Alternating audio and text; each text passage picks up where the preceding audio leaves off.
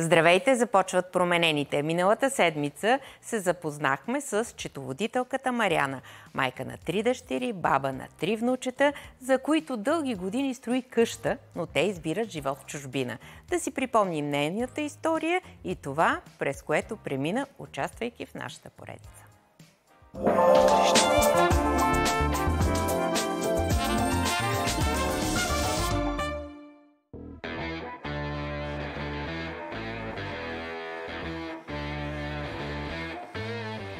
Здравейте, казвам се Мариана Чорбаджийска, на 60 години.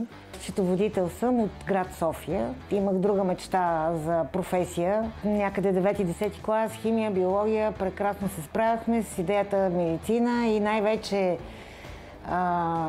очен лекар, защото проблемите с очите са ми от 4-ти клас.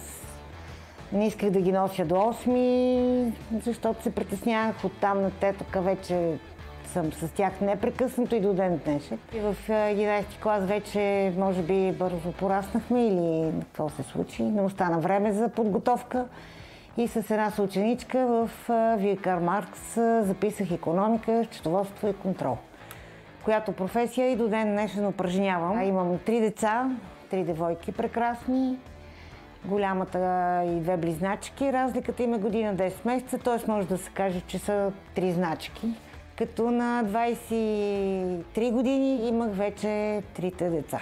От 2000-та година до момента изцяло грижата по децата е моя. Тоест за учение, препитание, храна, дом, всичко това е на мой гръб. Всичко, което успявам да изработя, да изкарам, всичко е насочено към тях, към това да има възможност за развитие за тях, да има дом за тях. От 3 девойки 2 наследиха моята професия. Имам 3 внука. Всичките ми внуци са в чужбина, т.е. в Дания, в Малта. И виждането с тях е много трудно. В смисъл, опитвам се поне веднъж годината по рождените им дни да присъствам за около седмица, за да съм сигурна, че поне веднъж годината съм ги видяла и това остава общо за цялата година. Цял живот строя една голяма къща в съседството тук на София, село Волуяк. Като идеята ми беше, може би останало от времето, от историята и традициите на България, нали, цялото семейство, всички да са заедно. Това беше моята идея, нали, всички да бъдем там, съответно да са настанени добре и в този момент сме сами с едната ми дъщеря, защото така се стекаха, нали, събитията, че заминаха другите 2 по чужбина, но се надявам в някакъв момент да се приберат, а и отделно от това е много важно, без значение къде са по света, да осъзнават, че тук има дом и този дом е направен и изграден за тях и винаги могат да се приберат както щъркелите. И сега вече, като всеки е поел своя път, е време да погледна и себе си. Сериозни проблеми с зрението. Слънчеви очила с диоптър за близко и далечно виждане, създадени по съвременна технология с помощта на изкуствен интелект. Мариана има сбъдната мечта да се радва на възможността да работи и шофира във всички часове на денонощието. Другото голямо притеснение са зъбния и статус. Тежък пародонтит и липса на здрави зъби, старо протезиране. Така доктор Рияхи диагностицира проблемите на Мариана. Те бяха решени с импланти, върху които са поставени временни коронки, а след няколко месеца ще се радва на постоянни, красиви и здрави зъби.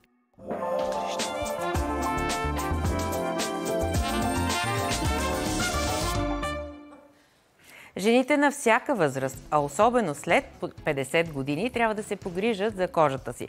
Доктор Мария Тончева е при нас, която ще ни разкаже кога и как се срещнаха с Мариана, какво решиха за нейното лице, за да изглежда кожата й по-свежа и да върнем години назад. Аз се видях с Мариана преди 3 седмици само. Истината е, че старението започва на 20. Той е хроничен биологичен процес и преминава през не плавно, а на тласъци. Първият тласък е на около 40 години, втория на 60, така че Мариана се появи при мене, когато беше на 60. Преди 2-3 седмици, да, преди последния тласък. За съжаление, това, което аз видях, беше една видима възраст по-висока от реалната биологична, защото Мариана има всички вредни фактори, усложняващи и ускоряващи стареенето, като тя никога не беше полагала никаква професионална грижа, дори нямаше добре изградена рутина домашна. И първия ми контакт с нея беше видима загуба на подкожна масна тъкан, което е нормален етап. Имаме снимки, може да ги покажем. Да, което е нормален процес на стареене. Дори при много пълни хора те губят подкожна масна тъкан в лицето, което води до диспропорция в формата на лицето, което трябваше да бъде коригирано. И също така, след 40 ние започваме да губиме все повече колаген, еластин и хиалуронова киселина поради дисфункция на фибробластите, които процеси се ускоряват и усложняват в резултат на тютюнопушене, липса на ефективна фотозащита и всички увреждащи и ускоряващи стареенето процеси, които, за съжаление, при Мариана ги имаше. Терапията при мен мина на 2 етапа. Първият етап беше да възстановя, доколкото е възможно, плътността и качеството на кожата, като се проведоха... Само момент да попитам, имахме снимки преди чертежите, които бяхте направили вие, доктор Тончева, и начина, по който приложихте терапията, защото ми се видя доста инвазивна. Кажете ни, в смисъл доста зони обхванахте, малко време имахте, цялото лице, пък точно за пушенето. Имаше много специфични неща, които нямаме толкова много време, колкото много са. Добре, набързо ще обясня, че всички процедури, които направих, бяха регенеративни с цел подобряване качеството на кожата и включваха BioNutri лифт за подобряване и лифтинг на кожата. Околоочната зона при нея беше критична. Направила съм BioNutri Eye, която е една специфична регенерираща терапия. Тук тя е усмихната, защото вижда първите си резултати от приложението на... тук е начертана, където вие виждате къде трябва да се буде. Зони, всички зони, критична зона. За нея най-важното беше пушаческите бръчки около устата, които коригирах още при първото посещение с специфичен хиалуронов филър, който не само запълва, но и регенерира кожата, така че тя да има траен, продължителен ефект поне 2 години. Въпреки че ми обеща да пуши, да спре да пуши, така че се надявам и това да помогне процеса. Също така поставих колагеностимулиращи конци, които да подобрят плътността на кожата и да дадат естествен лифтинг ефект.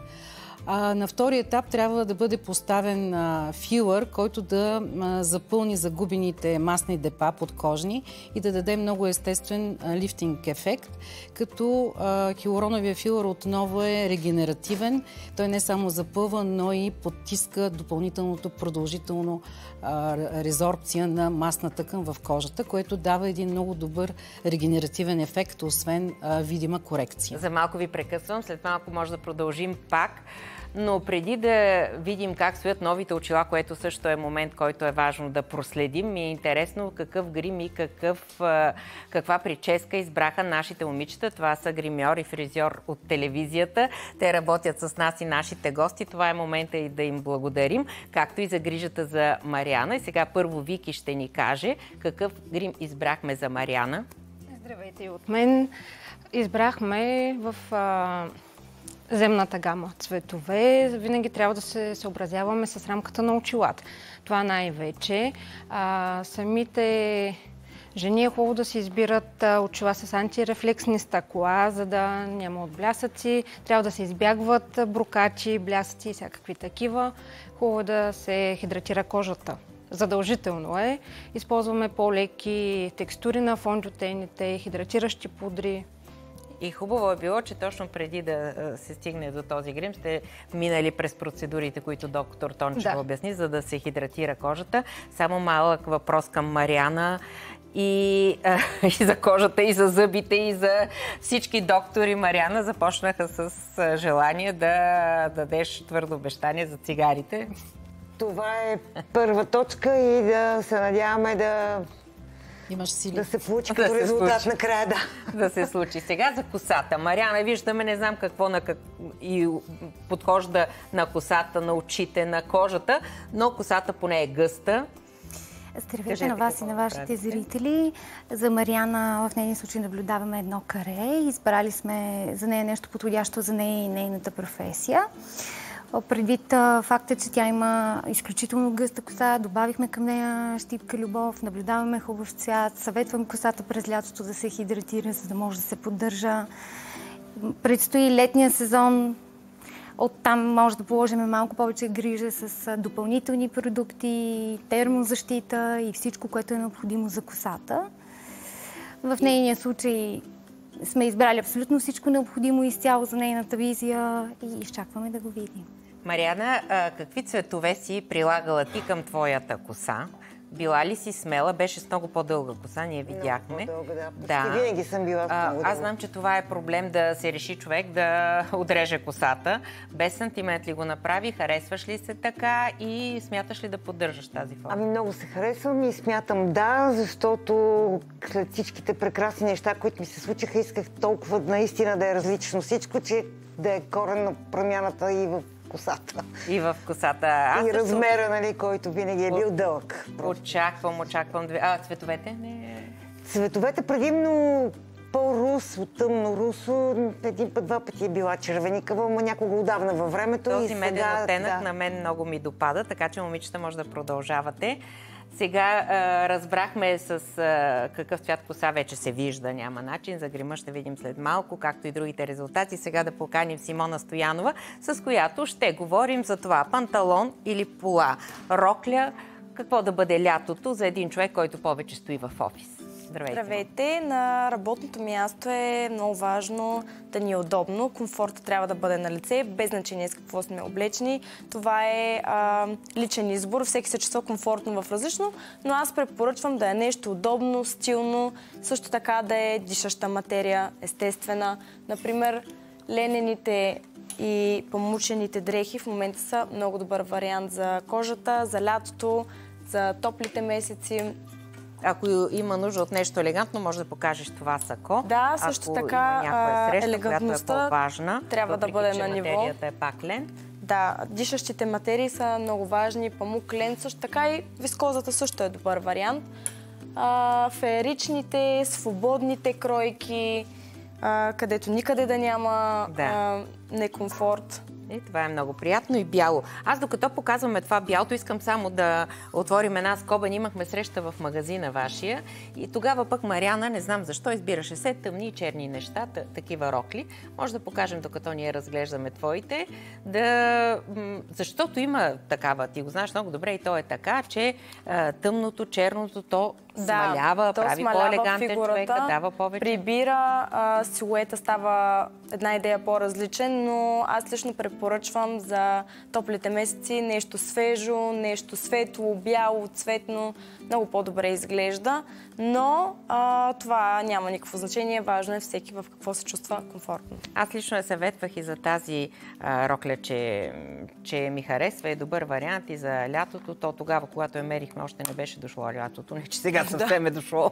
Туалета, който сме избрали заедно е според мен един страхотен вариант, защото има интересен акцент, който загатва горната част на тялото и за мен е много правилен. Мариана, ти черно или бяло в ежедневието?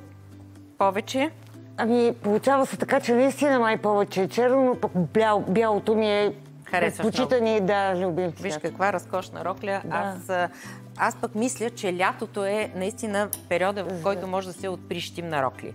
Защото зимата е по-удобно, бутуши, панталони, но лятото е хубаво. Елеците втори сезон са много модерни. Ето този е много интересен. Ленените елеци в момента точно така, от миналата година са много добър и предпочитан вариант, просто защото са изключително удобни и леки и доста често ги залагат на тях. Също така изглеждат и елегантни и стават и за ежедневието. И роклички, задължително също и така тези удължени. Също елеци дават много. И задължително на работното място по една голяма чанта, която събира... Това да те попитам. Защото показваме ние все мънички чанти. Виждаме, че мъничките чанти още тези бомбонените чанти са доста нашумели, но пък практичността е доста важна. Връща ли се тя? Защото имаше едно време, в което не трябваше да носим такива големи чанти, но пък Мариана, тя работи с документи, с връщат се задължително. Много сега лаптоп, папки, всичко трябва да се събира и да ни е удобно и да е на едно. и да е нос. Значи сега говорим за лято, в което ще носим ето тази много приятна рокля ленена също, с много хубав акцент, такова шалче. Да, и може и за колан да се ползва. Мариана, виж колко много варианти летни има. Всичко е светло и на което може би ще заложим през лятото. Ами сега е време да поканим една от твоите 3 дъщери. Заповядай, Велислава, заповядай при нас, за да ни разкажеш. Мони, може би да дойдеш при мен, за да видим дъщерята. Здравейте. Ти от близначките ли си? Да, от близначките. Така. Най-малката съм аз. 5 минути съм по-малка от сестра ми. И ти остана единствено тук да обитавате с мама къщата, която строите за 3 деца, които панаха така се получи. Да.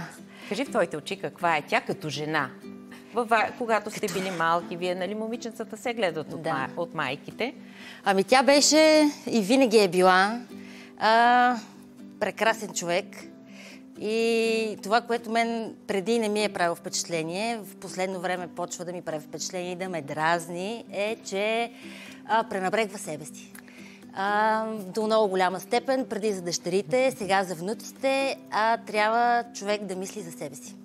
Точно така. Ами как като... Да, тя казва на 23 години е имала вече 3 момичета, за които е трябвало да мисли. Но хубавото, за което може би цял живот ще и бъдете благодарни не толкова за къщата, колкото това, че и 3 сте добре образовани и сте поели по пътя. Сега дали е трябвало да бъде нейния? Справи се да ни превърне в добри и честни хора. Близки ли сте вие помежду си, много, дъщерите? Да, това пак е благодарение на нея. Не само с сестрите ми и въобще като цяло семейството ни винаги е било сплотено. Това пак е благодарение на нея. Вълнувате ли се вие, децата, дъщерите, внуците от нейната промяна? Да, много. Особено...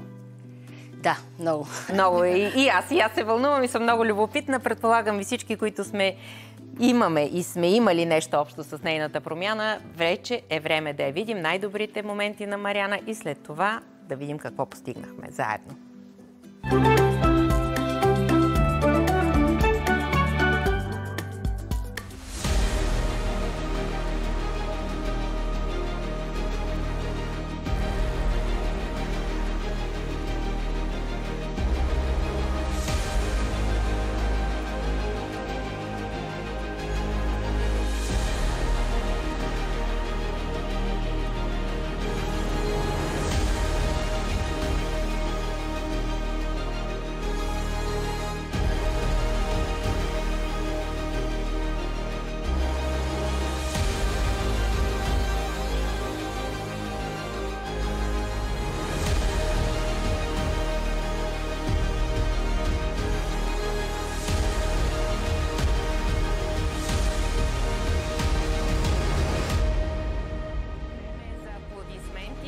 Покажем променената Мариана. Заповядай. Може да се видиш там в мониторите и да кажеш това приключение за теб приключи. Какъв резултат виждаш ти в огледалото отсреща? Резултата, който виждаме, е невероятен. Това е един съвсем различен човек. Аз лично в огледалото се видях и се запознах със себе си просто наново, за което съм изключително благодарна на всички екипи, които се погрижиха за това, на доктор Ях и неговия екип стоматология, доктор Дачев и асистент преподавател Върляков, доктор Тончева, с невероятната грижа, професионализъм и отношение за светлината, вярата и щастието, която ми отвориха в бъдещето и в живота напред. Благодаря. Да, ще ходиш така и с самочувствие и туалет чудесен си избрала. Да, това е благодарение на Симона и на прекрасните неща, които предлагат с свежи, младежки и съвсем друга визия придават. Ти благодари за очилата, с които си едните от очилата, но имаме и изненада. Да кажа, че за първи път ще имаш слънчеви очила, да, нещо, което с които можеш да се видиш. Да, които могат да станат и не слънчеви. Да. Маха се това отгоре и има и такъв вариант, което много лесно се слагат и се махат слънчевите очила. Така че можеш да вършиш много неща с тях. Да. Мариана вече има професионален телевизионен грим и прическа, а с новите си очила ще може да шофира на слънце и фарове денем и нощем. Ще се радва на новата си усмивка, освежено лице и рокля, която впечатлява. Тя е последната ни променена за този сезон. Направете си актуални снимки, разкажете ни вълнуващата си житейска история и може да сте следващата героиня, с която заедно да извървим пътя на визуалната ви трансформация.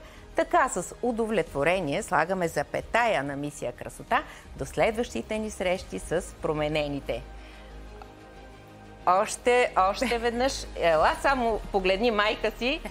Да. Благодаря. За да се радвате на прекрасна майка, която само не каза строга била ли е. Да, беше. Това също е едно от нещата, които спомогна за това да се превърнем в такива, които тази гвардия от 3 дъщери и 3 внуци, внуците ги глезиш, това съм почти сигурна. Без коментар, там нещата са съвсем различни, нали? Времето е различно, настроението е друго. Бабите само да гледат. Аз трябва да им се радвам и те на мен.